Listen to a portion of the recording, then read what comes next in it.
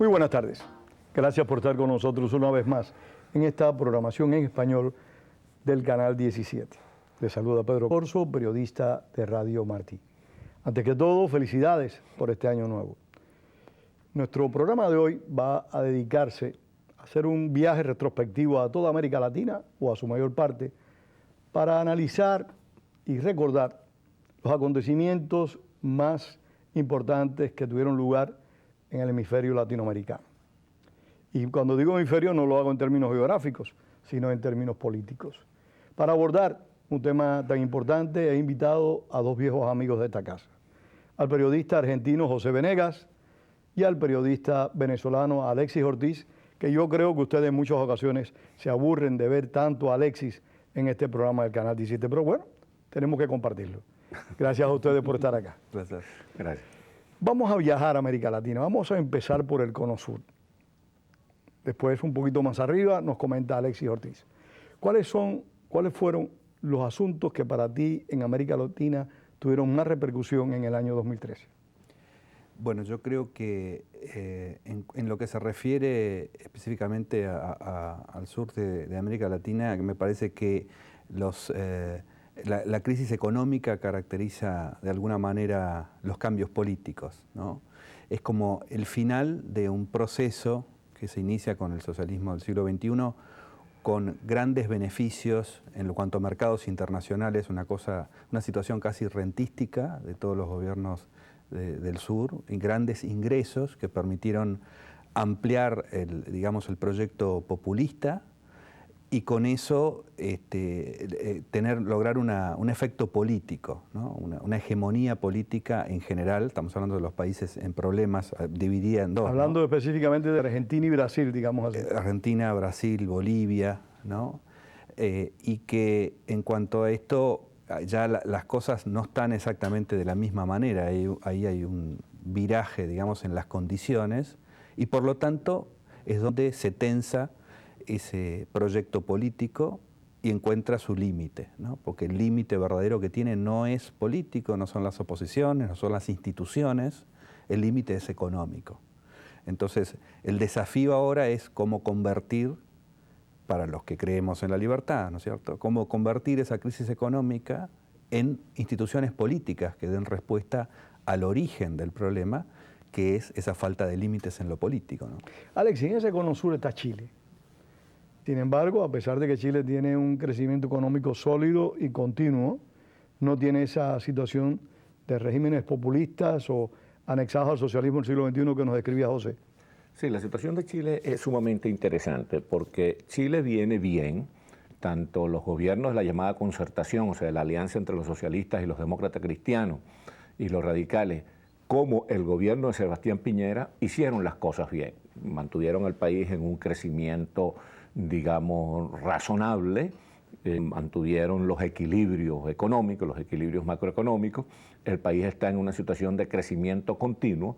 Sin embargo, se generaron una serie de protestas por problemas que tenían más que todo que ver con el tema educativo, que de algún modo mermaron la popularidad del gobierno. Y el presidente Sebastián Piñera, que fue un excelente gerente público, fue bastante mediocre como comunicador de su obra de gobierno. Y eso es lo que explica que, habiendo hecho un buen gobierno, su candidata haya perdido de una manera aplastante las elecciones con la señora Bachelet, que la reelección de la señora Bachelet plantea otro problema importante que tenemos en el continente, que es esa calamidad de las reelecciones. La señora Bachelet, para hacerse reelegir, tuvo que entrar en un tipo de alianzas con la cultura izquierdista que amenazan, ojalá que no ocurra así, pero que amenazan el crecimiento sostenido de Chile.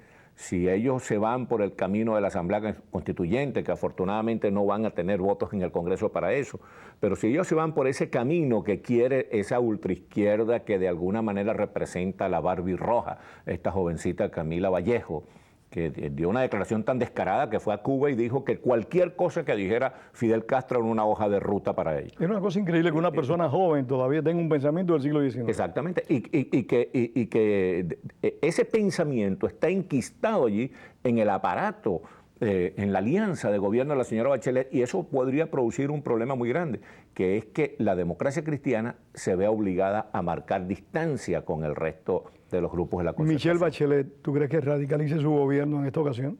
Me parece que, más allá de lo que ella quiera hacer, esto es la cuestión de la dinámica política. Me parece que Alexis toca un punto que es muy importante, la incapacidad de la defensa moral del modelo alternativo. Me parece que en esto Piñera, por ejemplo, fue muy limitadísimo en su política exterior. Y eso me parece que marca... Y contradictoria. Y contradictoria. Me parece que marca una posición vergonzante en cuanto a tener un modelo cultural, político, institucional, contrario al otro modelo, que es el que acabo de mencionar, que es el modelo populista. Ahí es donde está el gran déficit, y por eso es que también Chile representa el mismo problema, el éxito económico. Nosotros decíamos, el fracaso económico del socialismo del siglo XXI no implica que se pueda hacer un modelo alternativo si uno no lo presenta y no lo defiende en términos éticos. El éxito económico de Chile tampoco garantiza la continuidad, la aparición. Vos decías, ¿cómo una persona tan joven puede tener ideas del siglo XIX? Es que no son solo del siglo XIX, son también del siglo XXI, del siglo XVIII. La historia de la humanidad está mucho más hecha de ese tipo de pensamiento colectivista, tribal, que requiere de un hombre protector y un salvador. Es mucho más místico, y yo creo que el marxismo, el socialismo del siglo XXI es como la vuelta al misticismo político. El caudillismo sigue con nosotros. Exacto, y eso siempre, porque está en la humanidad, está en la naturaleza humana. Si eso no se explica desde la modernidad, se puede ser todavía, tener una mentalidad tribal con un teléfono celular de última generación. No es incompatible. Un día tenemos que abordar con más extensión ese tema de la condición humana y su complejidad en el mundo político, pero hoy vamos a abordar la política como tal, que por supuesto es algo superficial, tomando como base lo que tú acabas de mencionar muy acertadamente, en mi opinión. Alexis, José mencionó a Bolivia, pero también tenemos en el camino a Ecuador y Perú. Las situaciones políticas de esos tres países, para después que él nos hable de Brasil, Uruguay y Paraguay. Bueno, en Bolivia se ha consolidado el abuso de poder, el ventajismo, el maltrato, y entonces ahora, una vez más, Evo Morales atropelló la Constitución Nacional para volver a ser candidato presidencial, para eternizarse en el poder, con un discurso populista ofreciéndole redención a los pobres, que ya está demostrado que lo que hace es crear más pobreza. El candidato de la oposición, que pareciera ser que, bueno, va a ser Rubén Costas, el gobernador de la provincia de Santa Cruz, que es la provincia oposicionista histórica, pareciera ser no tener ninguna oportunidad porque los compañeros democráticos de Bolivia no han hecho un esfuerzo de unidad de la oposición. Es más, yo estoy convencido, ojalá que esté equivocado, estos son los momentos que uno quiere estar equivocado, estoy convencido que después de la campaña electoral Rubén Costas va a aparecer exilado o preso, porque ese es el esquema, el formato. Es un libreto que se ha repetido otra vez. Quizás una excepción sea Capriles, que no ha buscado el asilo después de haber perdido las últimas elecciones. Bueno, pero no descartemos que lo obliguen a eso. A Venezuela vamos a llegar. Sí. Háblenos de Perú. Del Perú, bueno, Perú y de Ecuador. Perú es algo sorprendente porque es el país, junto con Panamá, de un crecimiento económico, de un nivel de crecimiento más alto y más consistente.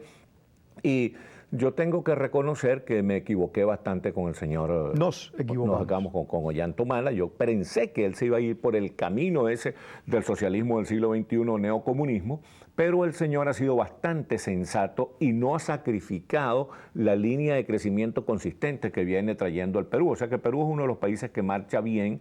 Van a tener que poner el acento seguramente en programas más deliberados contra la pobreza para que realmente el desarrollo llegue a todos. El otro caso es el de Uruguay, un país sumamente interesante. Quiero que me hables de Ecuador. Vamos a dejar que nos hable de Uruguay. Perfecto. Mira, Ecuador también es un país que marcha bien desde el punto de vista económico, pero ahí se ha entronizado también el abuso de poder, el ventajismo, el maltrato a la oposición, el cercenamiento de los derechos humanos. Este es ese tipo, Rafael Correa, al igual que Chávez y al igual que Evo Morales, es un tipo de gobernantes que son muy digamos, muy virtuosos para la comedia. Son déspotas por naturaleza. Son déspotas, pero además son buenos comediantes. Y como nosotros tenemos un continente que está más educado por las telenovelas que por las escuelas, entonces los buenos comediantes suelen tener mucho éxito político, a pesar de su gran fracaso, de mucho éxito electoral, digamos, mucho éxito de popularidad, porque el fracaso político, institucional y económico es realmente espeluznante, pero ahí están. Correa sigue siendo un tipo muy popular en Ecuador, a pesar de haber pateado las instituciones, y hay mucho chance de que pase por encima de la ley, vaya para otra reelección y gane las elecciones. Uruguay, Paraguay y Brasil.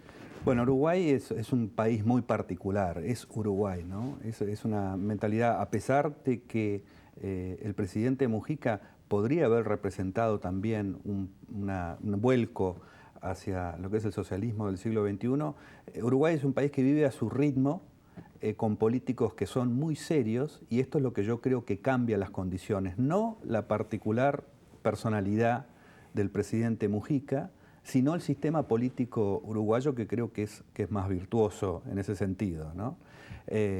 Por lo tanto, yo creo que también me parece que Uruguay se ve beneficiado por el mal ejemplo de la Argentina, ¿no? Un poco lo que pasa con Brasil. Brasil tiene una posición de hegemonía en América Latina, no porque haya hecho grandes esfuerzos por llevar adelante un proyecto político serio, sino porque en comparación con todo lo que lo rodea, Brasil ha quedado en esa posición tan cómoda, sobre todo por la decadencia de la Argentina. Paraguay sale de un proceso que se inicia con la caída de Lugo, de separación y de aislamiento regional, y entra ahora en un proceso de normalización de esas relaciones, con una situación económica muy buena también, y con sus instituciones normalizadas, y digamos que de alguna manera adaptándose a lo que es la situación política general en la región, con algunos guiños hacia lo que es el lado del ALBA y demás, ¿no? ¿Considera que la figura política de Lula da Silva concluyó? Posiblemente no, me parece que tiene una presencia muy importante en la política de Brasil, me parece que no, y que es raro que figuras con semejante peso en América Latina desaparezcan definitivamente, siempre quedan ahí, ¿no? Me parece que no. Alexis. Es que es una de las desgracias de Latinoamérica, es precisamente que la institucionalidad es muy endeble y hace que los dirigentes providenciales se repitan. Por ejemplo, el candidato ahora en Uruguay va a ser Tabaré Vázquez.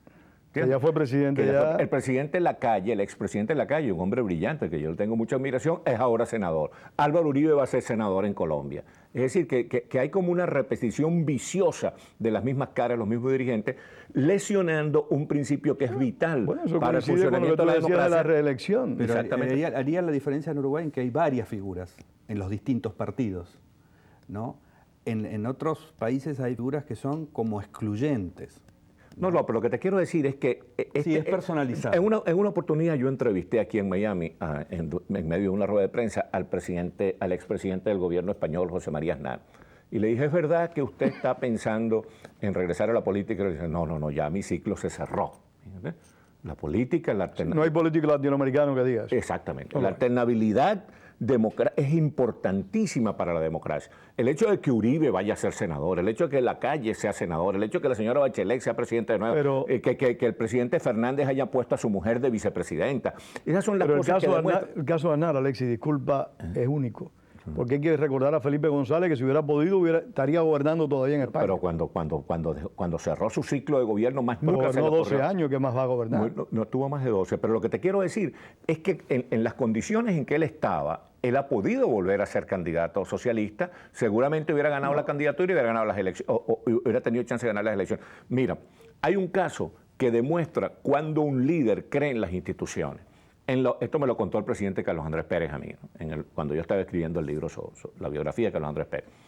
Cuando él fue candidato presidencial por primera vez, estaba gente estimulando a Rómulo Betancourt para que volviera a ser candidato. Carlos Andrés Pérez dijo, el peso de Rómulo Betancourt, Alexis, era tan fuerte dentro de nosotros que si él hubiera sido que hubiera querido ser candidato, se hubieran retirado todos nos hubiéramos retirado. Pero Betancourt dijo, no, mi ciclo se cerró. Totalmente contrario a Rafael Caldera. Exactamente. Entonces, esas son cosas que ponen en evidencia que tenemos una institucionalidad extremadamente frágil y es una de las cosas que explica el estancamiento político y hasta económico de América Latina. Latina. Que ni se cree en la institucionalidad. El caso de Bachelet para mí es clave, que vos acabas de mencionar.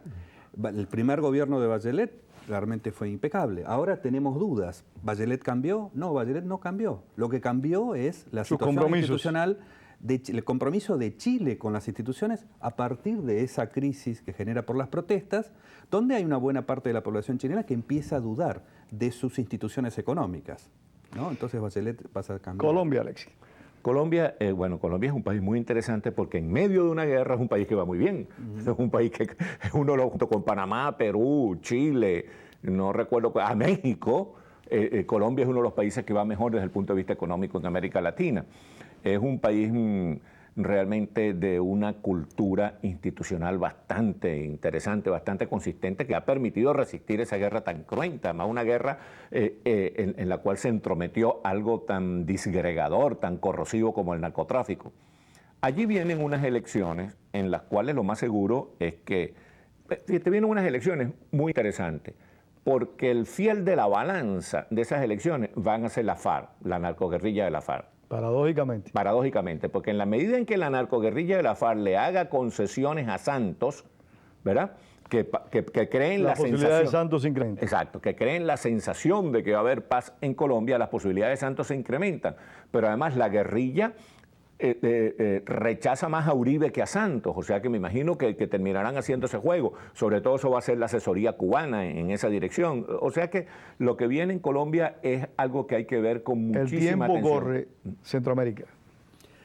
Centroamérica, diría que no sé si escapa a la regla general, ¿no?, de lo que es Latinoamérica, el problema institucional que yo veo. Panamá probablemente sea la gran excepción de Latinoamérica, en el sentido de seguir una línea que viene de hace muchísimos años, a pesar de que no tiene tampoco un presidente, como es el caso de Martinelli, que tenga una especial predilección por las instituciones, pero que tiene una continuidad económica bastante envidiable y que creo que tiene un futuro bastante brillante.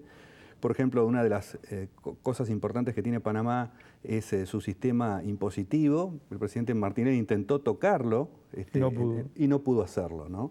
Así que yo creo que en ese sentido es ejemplo.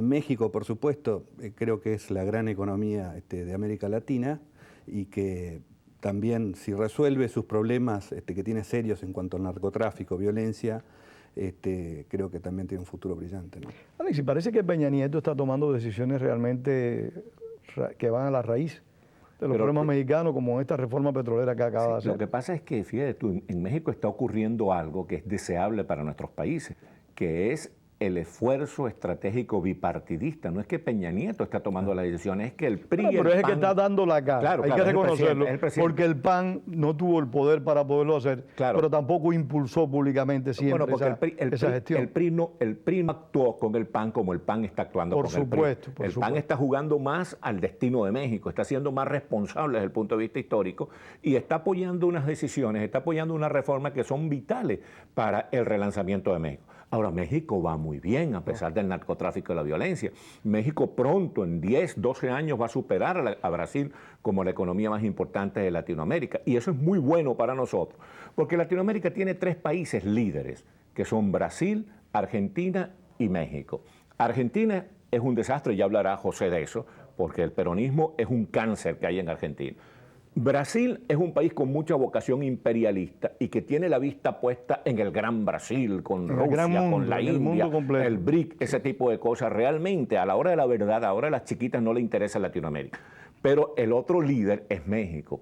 Y a nosotros nos conviene, a los latinoamericanos, que haya ese equilibrio entre Brasil y México, que se desarrolle México, porque para el suramericano el imperialismo brasilero es mucho más peligroso que el imperialismo norteamericano como tradicional. De tal manera pues que yo veo con mucha simpatía el desarrollo de México. Creo que a México le ha ido muy bien en el NAFTA, en esa alianza con los Estados Unidos y Canadá, y que México va a poder influir positivamente sobre Honduras, Guatemala, ese tipo de países. En 2 minutos, Honduras, Guatemala, El Salvador y Nicaragua. y Costa Rica. 2 minutos. Bueno, lo más preocupante, porque ya por ahora Honduras se salvó del socialismo del siglo XXI. Guatemala está marchando con un presidente bastante serio. El Salvador, este hombre resultó bastante más serio. Otra sorpresa. Otra sorpresa, pero ahora el vicepresidente, que es del Frente del Movimiento de Liberación Nacional. Que ese sí es de los originales. Exacto, está creando mucho miedo, pero parece que eso está aumentando la opción del Partido Arena, de la oposición. La gran preocupación es Costa Rica, porque en Costa Rica hay mucho chance de que gane las elecciones este año el Frente de Izquierda, y no sabemos qué tipo de Frente de Izquierda es. Si es una izquierda razonable, si es una izquierda democrática, si es una izquierda que cree en la economía abierta y en el respeto a la institucionalidad, como el señor Mojica, como el señor Funes, o si es una izquierda, digamos, troglodita, tipo Rafael Correa, Chávez, Evo Morales, Daniel Ortega, etc. Y en Nicaragua, Daniel Ortega se está pasando por donde sea la Constitución Nacional para eternizarse de una manera extremadamente abusiva en el poder. Realmente eso es terrible. Argentina, se nos está acabando el tiempo, tenemos pocos minutos y aborda Argentina. Bueno, Argentina está en un momento bastante complicado porque el gobierno muy hegemónico del kirchnerismo está en serios problemas después de haber perdido las elecciones y además, digamos, frente a la posibilidad de un colapso económico muy serio provocado por las políticas del gobierno, porque esto no tiene que ver con la situación externa que tanta influencia tiene el resto de Latinoamérica, sino con decisiones, te diría, absolutamente irracionales tomadas del gobierno, como el cepo a la posibilidad de que la gente tenga acceso a los dólares, altísima inflación, descontrol absoluto del gasto público, es decir, enfrenta, digamos así, el pase de la factura de lo que ha sido la política del kirchnerismo en los últimos años y simultáneamente aparece alguna figura dentro del peronismo que podría llegar a ser contrapeso y una oposición que yo creo que además del problema general de Latinoamérica, que es de falta de unión, me parece a mí que de falta de diagnóstico de cuál es el problema del kirchnerismo. Pero no hay posibilidades de lograr un cambio en Argentina, de que las fuerzas que defienden el kirchnerismo salgan del poder. Existe siempre esa posibilidad porque estamos al borde de una situación parecida a la que tuvimos en el año 89. Todavía estamos lejos, ¿no? Donde hubo una hiperinflación. Hiperinflación significa crisis política, de eso no hay ninguna duda. Es más, yo tengo serias dudas de que este gobierno llegue hasta el 2015, que es el final de su mandato, y no porque el gobierno quiera o no quiera, sino simplemente porque no está resolviendo los problemas que tiene, ni tiene ningún tipo de voluntad de resolverlo. Cristina Kirchner, por otro lado, está como apartándose del gobierno, quitándole... ¿Tú crees que esté harta, cansada? No, me parece que es pura especulación de no cargar con los costos de las decisiones que tiene que tomar, que no quiere tomar. Ensayó una fórmula que es la de designación de un jefe de gabinete, que eso lo permite la Constitución, cederle alguna parte del protagonismo y el poder, pero ya ha terminado desautorizándose jefe de gabinete, o sea, esa opción tampoco va a funcionar. Yo creo que el problema de fondo de la Argentina desde el equilibrio es más allá del peronismo, casi todos los partidos tienen pensamiento peronista, ¿no? Entonces, hasta que eso no cambie y haya otro modelo cultural, casi te diría que Argentina es un microcosmos de lo que es el resto de América Latina. Hasta que no haya un cambio cultural y se presente un modelo alternativo, esto no va a cambiar. Alexis Ortiz, Venezuela. Bueno, hasta que no haya, como dice José, la voluntad de los líderes democráticos del continente de escaparse de la prisión de lo políticamente correcto, claro, y se dediquen a defender sus posiciones, a dar la batalla ideológica. En el caso de Venezuela, bueno, se está esperando un gran colapso económico, la situación es insostenible desde todo punto de vista, la inseguridad, el desabastecimiento, el deterioro de la infraestructura pública, la inflación más alta de Latinoamérica y posiblemente del mundo, la pobreza creciente, el resultado del socialismo del siglo XXI, o neocomunismo en Venezuela, ha sido un desastre total. Pero ha sido la oposición una posible respuesta al gobierno. Pero la oposición no ha encontrado, aunque ha logrado una gran hazaña, que es la unidad de la oposición, lo que le ha permitido ser muy competitiva y garantizar mantener la mitad de la población, la oposición no ha encontrado el camino realmente para desalojar del poder al socialismo del siglo XXI. Este es un año extremadamente difícil donde no podemos descartar que se planteen escenarios de violencia muy fuertes, muy indeseables en Venezuela, porque el gobierno está en medio de una gran crisis y no quiere dialogar, no quiere llegar a acuerdos porque la crisis necesita un acuerdo nacional, necesita algún grado de reconciliación, y el gobierno asesorado. Pero ayer por el los gobierno, cubanos, esta semana el gobierno se reunió con dirigentes políticos de la oposición, con gobernadores, con alcaldes que forman parte de la oposición, que por cierto llamó mucho la atención. Los opositores que decían que Maduro era ilegítimo, como el caso del gobernador Capriles, que fue quien declaró a Maduro ilegítimo, se reunió con el presidente Maduro. Bueno, hay una contradicción de fondo, de principios. Hay una contradicción porque la política es terriblemente compleja y contradictoria. Es como que si nos dijeran ahorita que Raúl Castro llamara a los disidentes cubanos a reunirse con él porque quiere hablar con ellos. Es decir, yo diría que los disidentes deben ir a hablar, ¿verdad? Que no deben decir, no, usted es un traidor, un comunista que durante 50 años nos ha maltratado y traicionó la revolución. No, hay que ir a hablar. El problema es en qué condiciones y cómo se habla. En esa reunión, yo soy partidario que se vaya a hablar con Maduro si Maduro llama a hablar. Ahora, ¿cómo debe discurrir esa reunión? Bueno, ahí es donde está la discusión.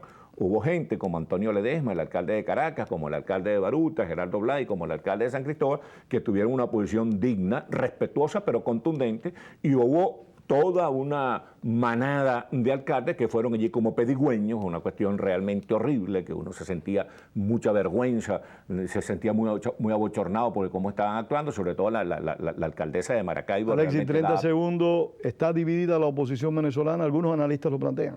En este momento hay una gran reflexión, es lógico que emerjan posiciones distintas, es bueno que emerjan posiciones distintas. ¿De verdad que eres un político talentoso? No, pues que se discutan, porque sobre todo tenemos una gran cosa en medio de todo, que este año no va a haber elecciones, o sea que hay chance para mucha discusión. Para debatir y discutir. Y para revisar la estrategia, porque la estrategia no nos ha conducido al poder. En consecuencia, necesitamos hacernos una autocrítica y revisar la estrategia. Es muy hábil, Alexis, se escapó ahí. José, en menos de un minuto, ¿cómo ves el futuro inmediato de América Latina?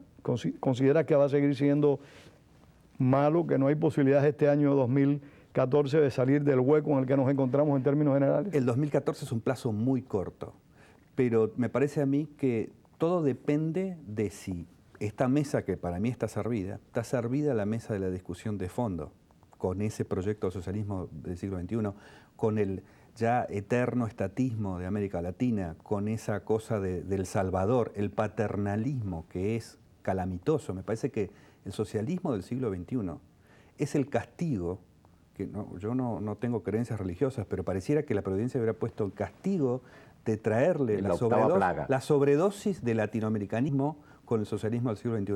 Lamentablemente se nos acabó el tiempo. La octava plaga del socialismo del siglo XXI. La octava plaga, muy bueno. Sí. También la calificativa excelente. Muchísimas gracias a todos ustedes por haber estado con nosotros en esta ocasión. Gracias a Alexis Ortiz, José Venegas, y recuerden, como decía el apóstol José Martí, la palabra es para decir la verdad y no para encubrirla.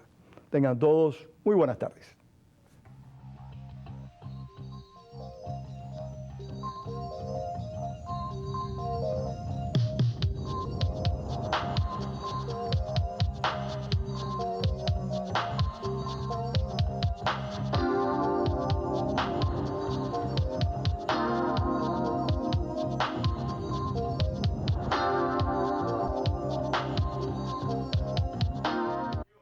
Hola, habla su amigo Pedro Corso. Cada semana usted disfruta de la programación en español en su canal 17.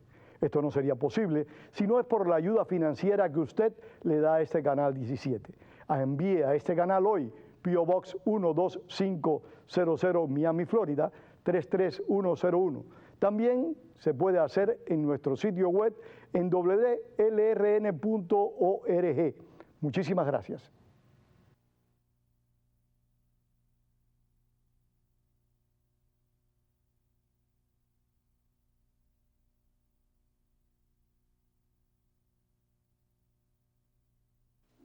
Yo no puedo donar mucho. ¿Qué diferencia hiciera mi donación? Mi donación nada más sería una gota en un cubo. No creo que ellos necesiten mi pequeña contribución. No es mucho, pero es lo que puedo donar. Yo puedo dar un poquito. Yo puedo dar un poquito. Yo puedo dar un poquito. A lo mejor pueda ayudar. A lo mejor puedo ayudar. A lo mejor puede ayudar. Si va a ayudar, mira lo que un par de gotas hace. Haga su parte. Vaya a wlrn.org y agregue su donación.